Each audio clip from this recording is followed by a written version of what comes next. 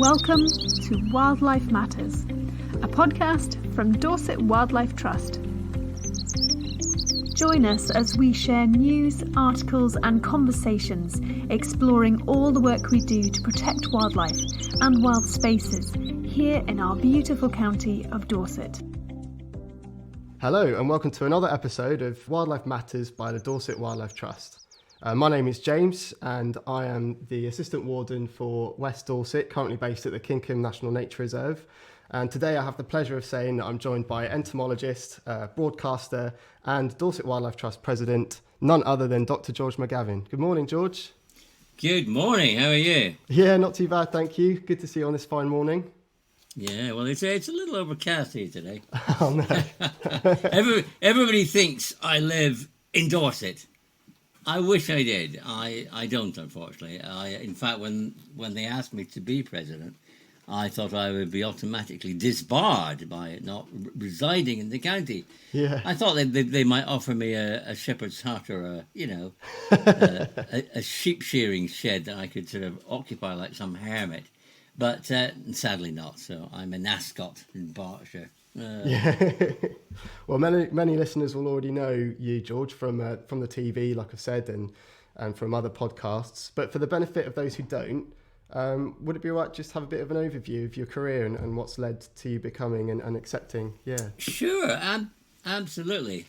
Well, born in Glasgow, grew up in Edinburgh, became pretty aware that the natural world was my thing, probably aged 8, I suppose, and didn't find anything at school terribly interesting except biology.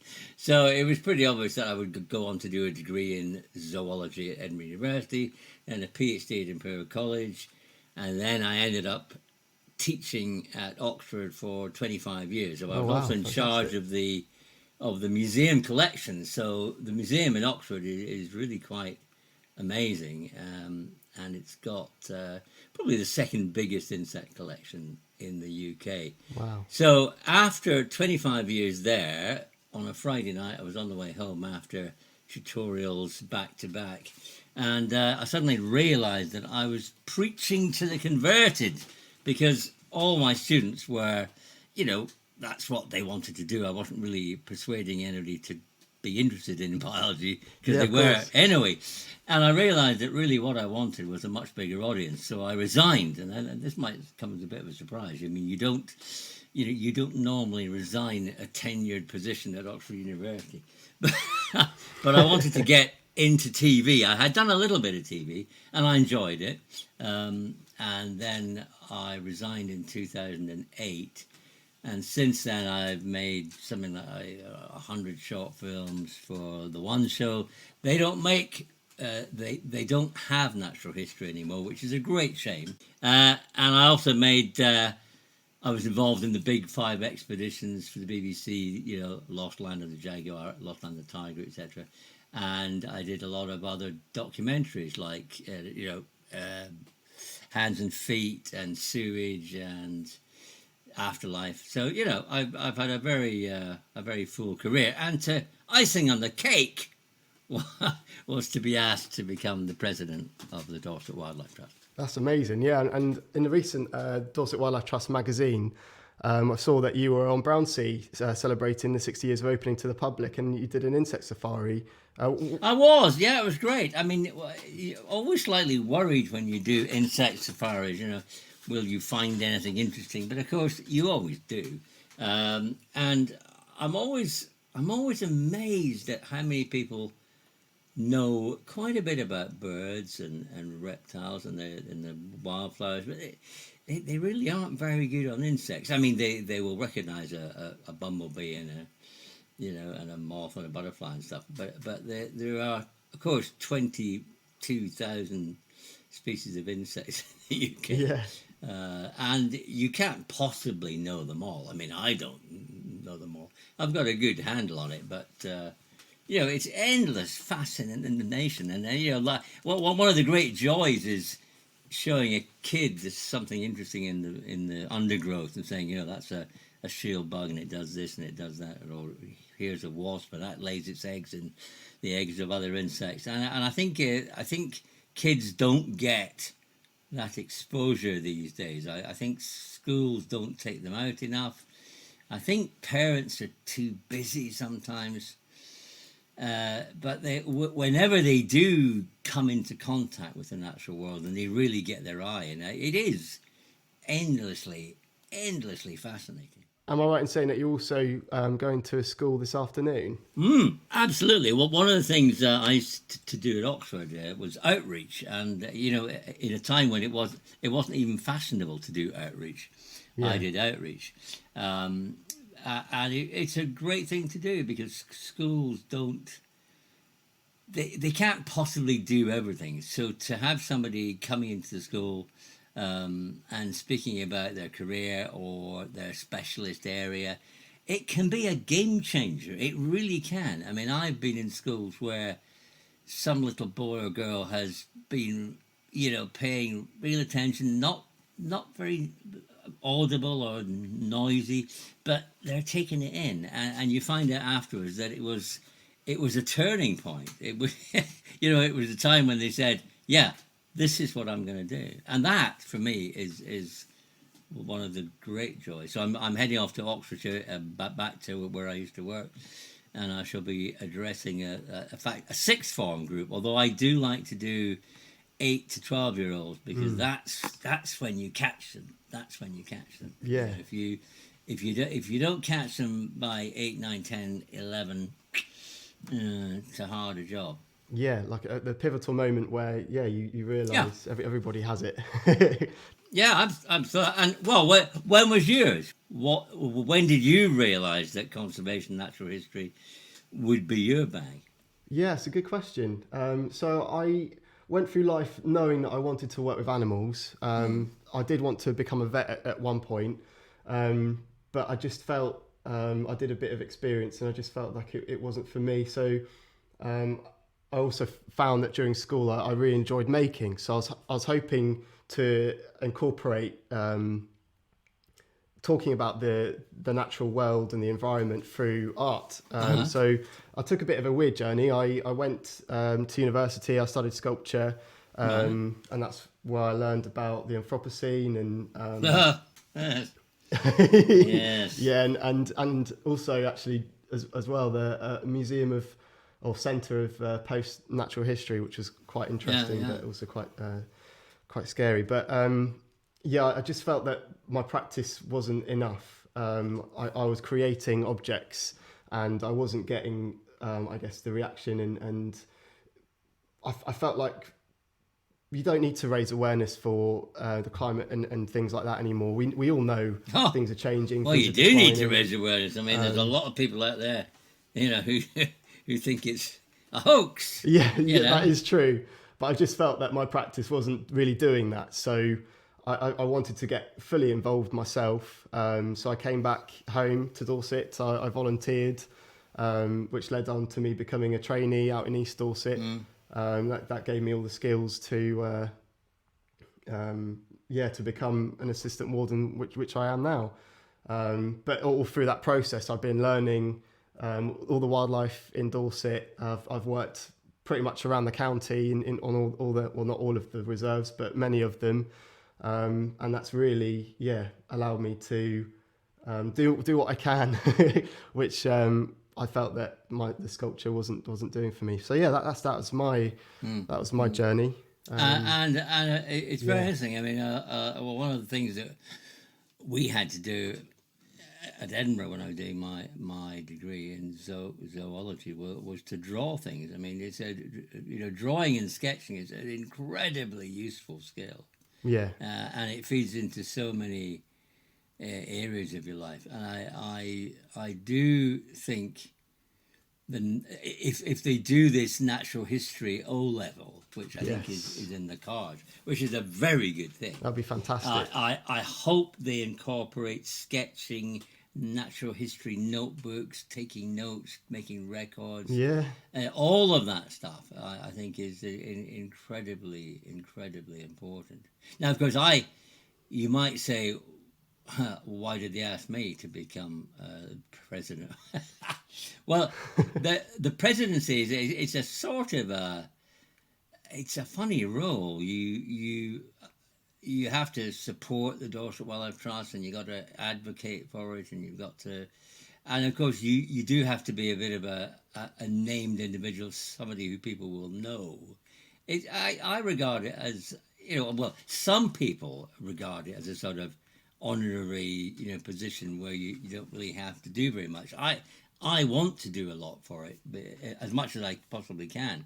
Yeah. And one of the reasons is that I love Dorset. Oh my God! I mean, I've been going down. Although it's a special county. It's a very special county because it's a bit like Scotland, only a lot warmer and drier. So it's got the sandy soil, it's got the heather, it's got the pine trees, it's got everything, and it's just not freezing cold and wet. So it's those southern heathlands are quite a rare habitat, and you have bags of it, and of course lots of pretty unusual insects inhabit that part of the world, such as the purbeck, a mason wasp, which I absolutely adore. I mean, the wee wasp that lives on that one track or two tracks, and it catches heather caterpillars, and it puts them underground, and I went down there to photograph them for the first time about 2 or 3 years ago. Oh yeah. And I spent a whole day just broiling under the sun. But I mean, having such a fantastic time. And so many people came past me. Of course, saw this mad bearded guy, on his hands and knees, photographing what looked like sand, and they would, of course, if they were brave, they'd say, "Oh, excuse me, what are you doing?" And then you would tell them what you were doing. This incredibly rare wasp that's only found here, nowhere else, and you explain what it was doing and how it lived, and they were all interested. Yeah. And this is one of the things I try to get across, and one of my things I always try to tell people is, don't power walk. I mean, okay, there are times where you may have to get somewhere in a hurry, but if you're out for a walk, slow down. Look at stuff. You ain't going to see anything if you get from A to B as fast as you can. And if I'm in a woodland glade or a heathland, a mile will take me several hours. Yeah. Because you just have to bend over and look down and see what's there. And it's only when you start to look that you will find the stuff, because insects are generally small.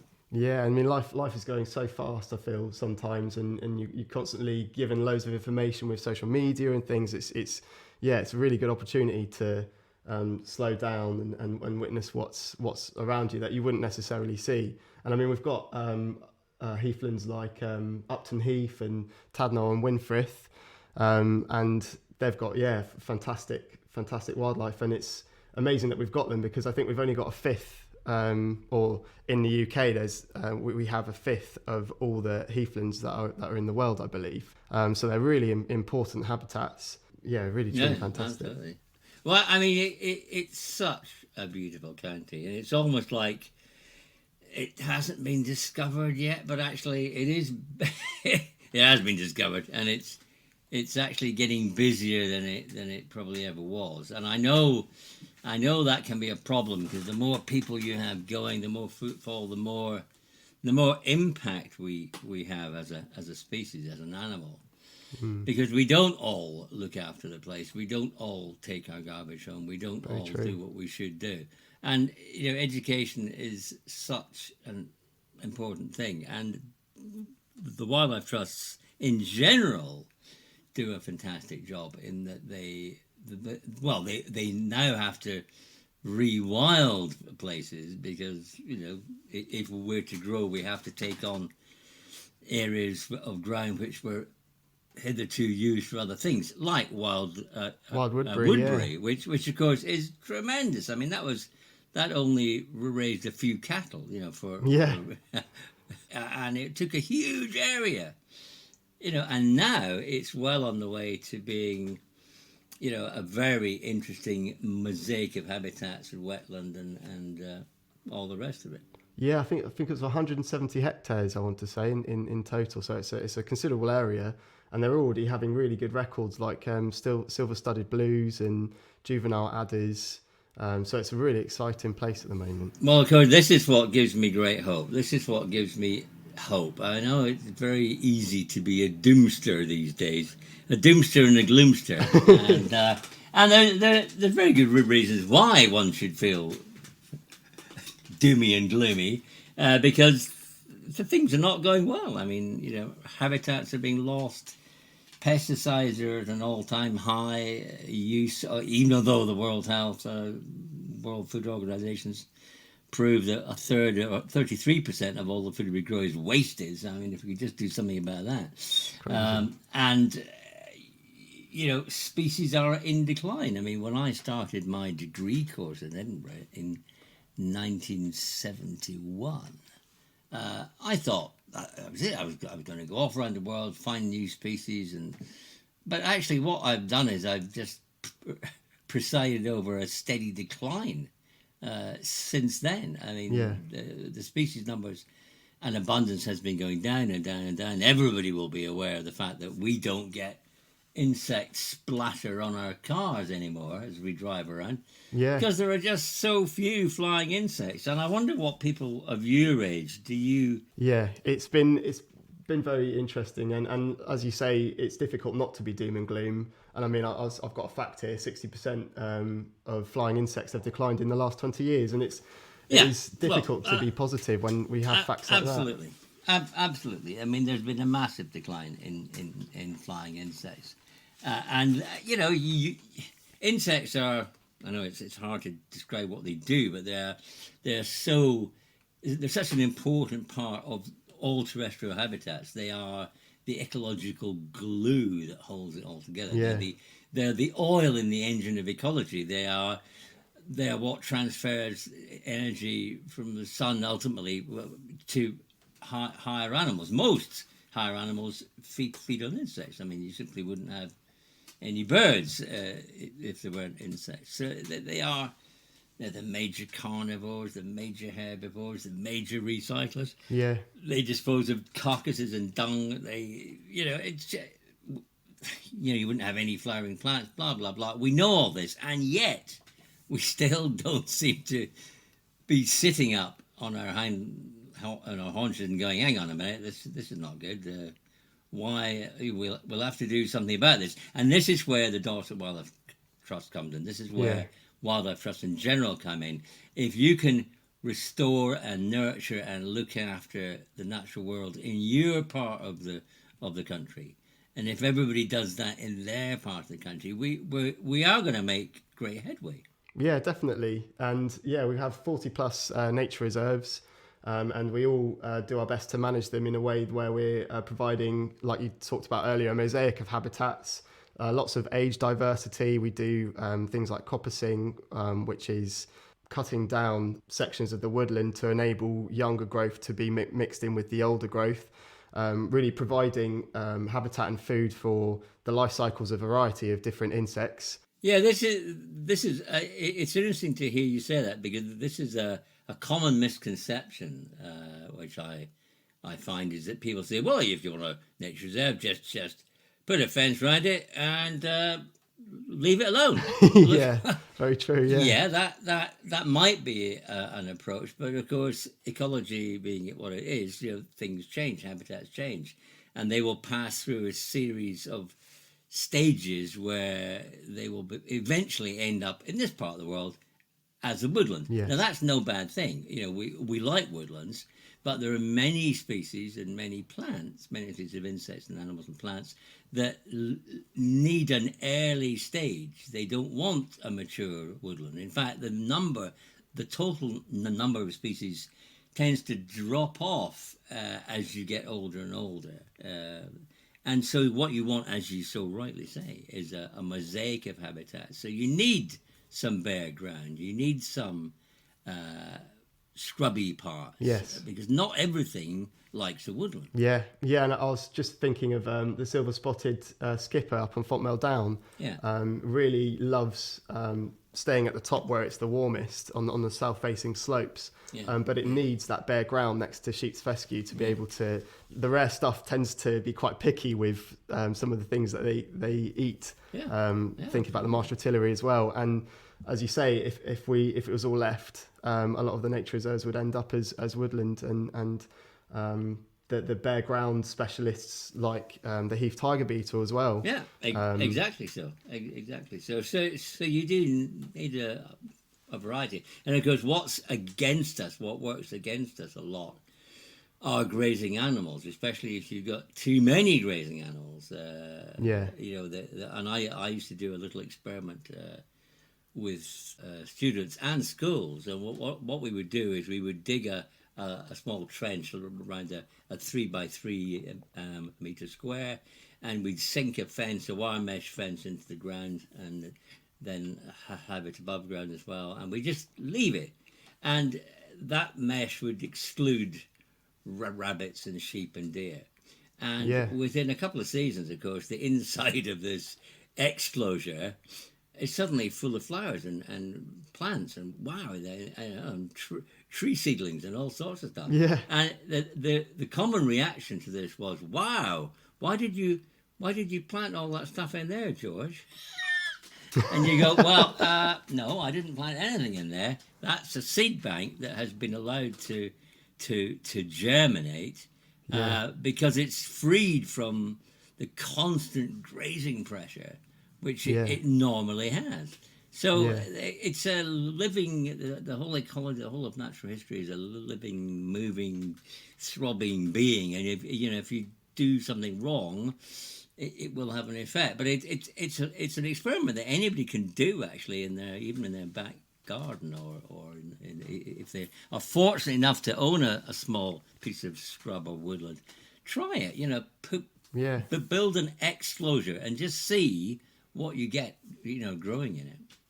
Yes, it's the balance is really important, because, as you say, we don't want any overgrazing, and if you end up undergrazing, you'll have the species that thrive on nutrient-rich soils that will overtake and overshadow other species. So it's definitely the balance. Well, of course, this is it. Yeah, this is one of the things that folks are finding, the great interest in wildflower verges and wildflower in general. And of course, one of the things you shouldn't do is to import foreign seeds, alien wildflower seeds. Let our habitats regrow naturally. But the other thing, of course, is that wildflowers don't tend to like rich soil. So if you're going to try to grow wildflowers in your lawn, you've got to take the lawn cuttings away. You've got to make the ground as in fact, if you really want to do a good job, basically remove all the soil.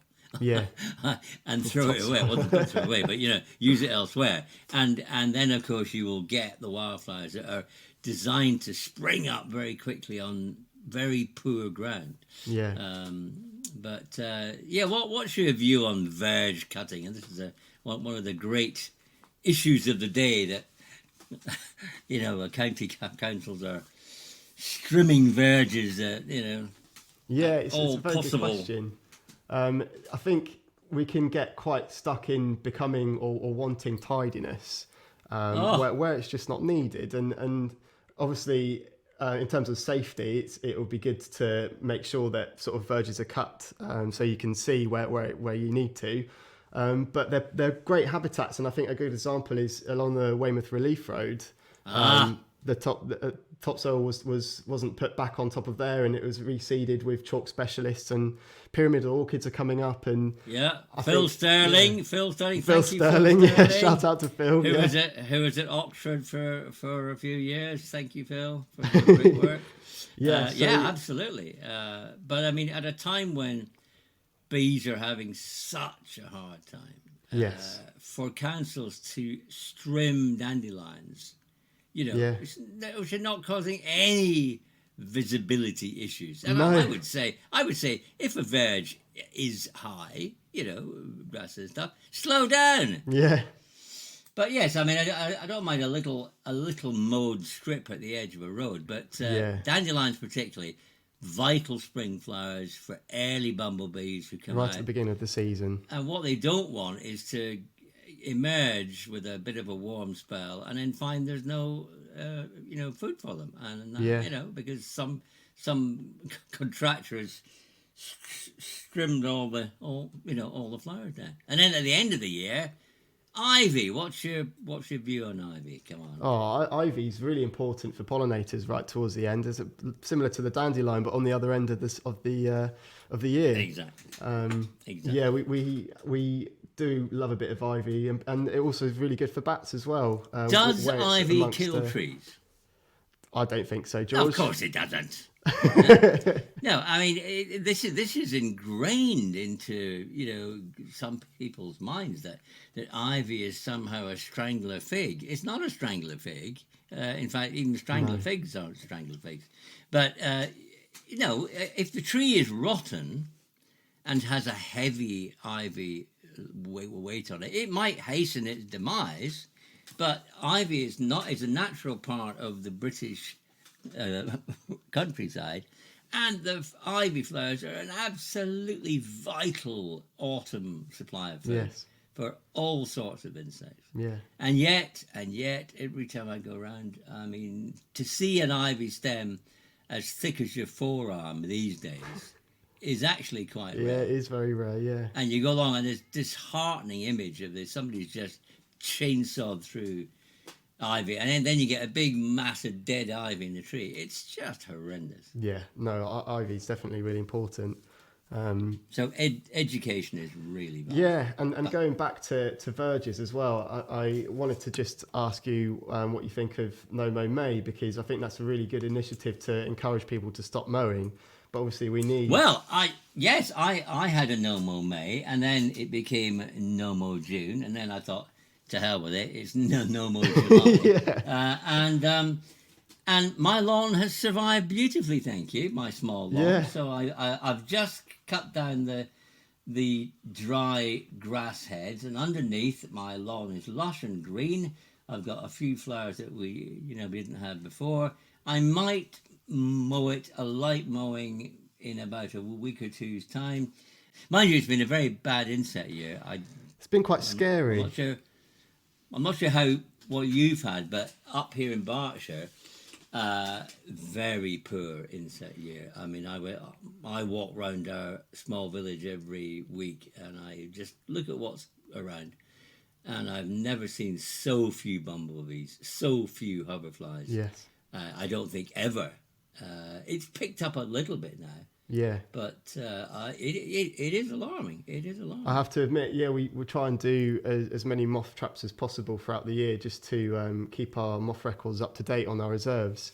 But like you say, towards the beginning of the year, we were getting very small numbers, and it took quite a while actually to pick up.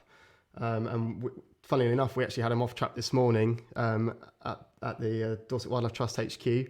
And we actually had a really good haul, over 20 species. I'm not sure how many individuals as of yet. I need to go count, but yeah, it was quite scary not to hear the normal buzz of the meadows. So what's your day? What's an average day for you? If there is such a thing as an average day. That's a very good point. We don't really tend to have the average day out at Kinkham because a lot of our work involves being on the farm and making sure that the animals have enough food and things like that. And we'll be moving them later this afternoon, actually, onto a different area. So they're able to, not overgraze what they're grazing. Now, what animals have you got? So we've got Angus cross cattle. Angus cross. And we also have some sheep and some Exmoor ponies. Really getting that diversity in with what they eat and how they eat it as well, because obviously the cows wrap their tongues around and rip off the vegetation. My day tends to evolve around that first, and then once those are sorted, or if we need to do anything at all, we go out on the reserve. Really, we're always out every day, come rain or shine. And this week we've been doing some bracken bruising, So again, making sure that we don't really want to have a monoculture of one species.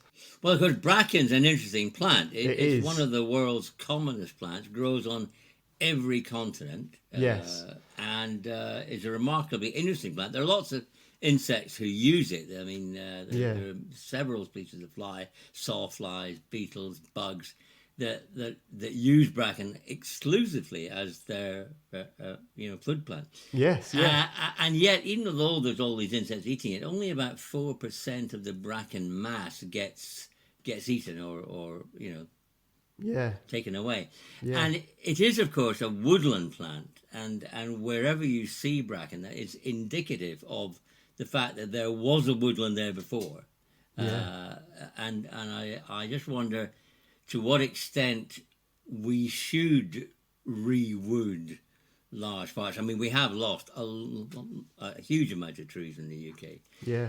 And I would advocate leaving woodland to naturally regrow. Don't plant stuff. You don't need to plant it. It takes a little longer. But at least it isn't in straight lines, Yeah. And it will naturally expand into the areas that it was originally. Yes. And of course, that's what they're doing at Wild Woodbury. That's what they're allowing to happen, isn't it? They're allowing it to naturally regenerate with the seeds and things that are in the hedgerows already or already in the seed bank. And I'm imagining that you have this idyllic, stress-free job. But I wish I could say that, George. Yeah, I imagine all jobs have a certain amount of stress. But you at least have the ability to just wander about the reserve. And I find no matter how stressed I feel about or how upset I feel about something, I will take myself off into as ancient a woodland as I can find or some natural habitat, and I will lose myself for an hour, 2 hours. And no matter what the problem was when I started, I usually can't remember what it was by the time I come home. Yeah. The natural world has this remarkable capacity to heal, to soothe, as long as we still have some. And I think people should get out a lot more. I really, really think people should just get out more, and just for the sake of looking, Well, it's proven, isn't it? That absolutely. And forest bathing for 2 hours is really good for your health. I did try an experiment on this actually. I took a primary school out, and I took the class out into a little patch of woodland, and we tried forest bathing. Now, in order to get them into the situation, I said, right, find a little space, sit down, get comfortable with whether you got your back against a tree or cross-legged, whatever you want, or even lying down in the ground. And I want you to keep absolutely still for 2 minutes. They're about 8 or 9. Now, interestingly, the girls were great at it. The girls were brilliant. The boys were rubbish. They had too much testosterone. But I said, still and quiet, and you will suddenly become aware of bird song that you haven't heard.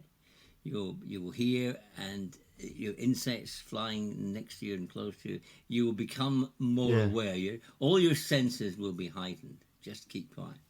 Well, the boys, of course, were fidgeting and going, is it time yet? Have we finished yet? Because they couldn't get the concept that being quiet was a thing. Yeah. That's what was going to work. They regarded it as some obstruction that they had to get over to do something else. Yeah. You see? But it is a remarkably soothing thing. Yeah, and I have to admit, one of my favourite wildlife experiences has to be just after COVID, where we're allowed to actually drive to locations. I went to Brackett's Coppice Nature Reserve, which is also sort of northwest Dorset, and there was hardly anybody there, and it was just a haven. All the wild garlic was in flower. There were loads of inverts, and I was also looking for the narrow-bordered bee hawk moth, which is a rarity that we get at the reserve. But as you say, it was just perfect to take time and sit, because you'd obviously been indoors for however many months. So taking that opportunity to ground yourself out in any of our nature reserves is a really good thing. I've got a sort of a call to action in mind, and I've actually tried to air this view before. If every Dorset Wildlife Trust member, right, and they're obviously a member because they value the Dorset Wildlife Trust and what it's doing, it's trying to bring nature back, yes, in a big way in the county, and that's absolutely right. If everyone was to recruit one other person to join the Dorset Wildlife Trust, your membership would jump by 100%, bang, overnight. Yeah, that's all we need to do. Is if everybody who joins gets one more member or one more family to join. And why wouldn't you? Why wouldn't you join the Dorset Wildlife Trust? I mean, what possible reason? It's pretty affordable. Yes. And what you get for it, of course, is incalculable. And I don't mean the magazine or the this or the that. I mean the fact that you're buying into the survivorship of a piece of the country which is still not wrecked, and you want to bring it back from the brink as far as you can, and that's going to give you places to walk and to forest bathe and to get at one with the natural world. I mean, it's worth everything. I think that's it. It's having that access, isn't it? And I think it's we do have footpaths around the county, but there's a lot of places throughout the UK where you just can't get to because it is privately owned, and a lot of our reserves are open access, Powerstock being one, and I think Tadnall and Winfrith is also open access, although we do say try and be sensitive during the birds nesting season, not to disturb. Yes, well, exactly. This is the... But yeah, just having that open access and being able to experience places like gems in the pockets of the countryside, to see the remnants of what it was throughout the UK, what it used to be, and make it not a remnant, make the remnant bigger. Yeah. Like we said earlier, it's quite difficult to be quite positive, but I think to end our great conversation, George. I've only just got started, mate. And I wish we could keep going. And another thing. But what do you think? What do you find as the president of Dorset Wildlife Trust? What do you think is the most important thing that we do? That we education. Kids. Get the kids involved. Get out there to schools. Get them out in the reserves. It does give you hope when you do see younger conservationists coming through, who Absolutely. are sort of just. There's Green Indy, who I think he's just coming out of university, but no, it's really gives you hope when you know that there's going to be custodians of the countryside of all the other wildlife trusts, making sure that they're looking after all the landscape and things for the generations to come. And it's not as if we have to actively do stuff. We just have to stop doing the bad stuff. Yeah. Just stop doing what you shouldn't be doing. Stop flailing your hedges hard and every year. Let them grow a bit. Let them get a bit thicker. Stop cutting down trees. Stop laying artificial lawns. Stop buying Mons 2 from Peru. Just have a bit of common and sense. Apples from New Zealand. Huh? I've seen apples from New Zealand as well. I know. We had the finest orchards in the world. We got to ship them halfway around the blooming planet now. Water, 90% water. Oh my goodness, I don't know. But no, keep doing what you're doing. And, one of the most important things, as I say, if every Dorset Wildlife Trust member can do one thing this year, just one thing, get another member. That's all. And it grows like that. It's like viral, and it just goes poof, Well, it's been a fantastic morning, George. It's been awesome to talk to you and to talk to you over Zoom. A great pleasure. Well, I hope the talk in Oxford to the sixth form students goes really well this afternoon as well, and safe travelling. It's been great to talk to you. Thank you very much. If you're already a member of Dorset Wildlife Trust, then do think about whether you can take up George's challenge to encourage someone else to do the same. And if you're not, then you can find out more about membership at our website. That's dorsetwildlifetrust.org.uk. Thank you for listening, and do join us again for another episode of Wildlife Matters.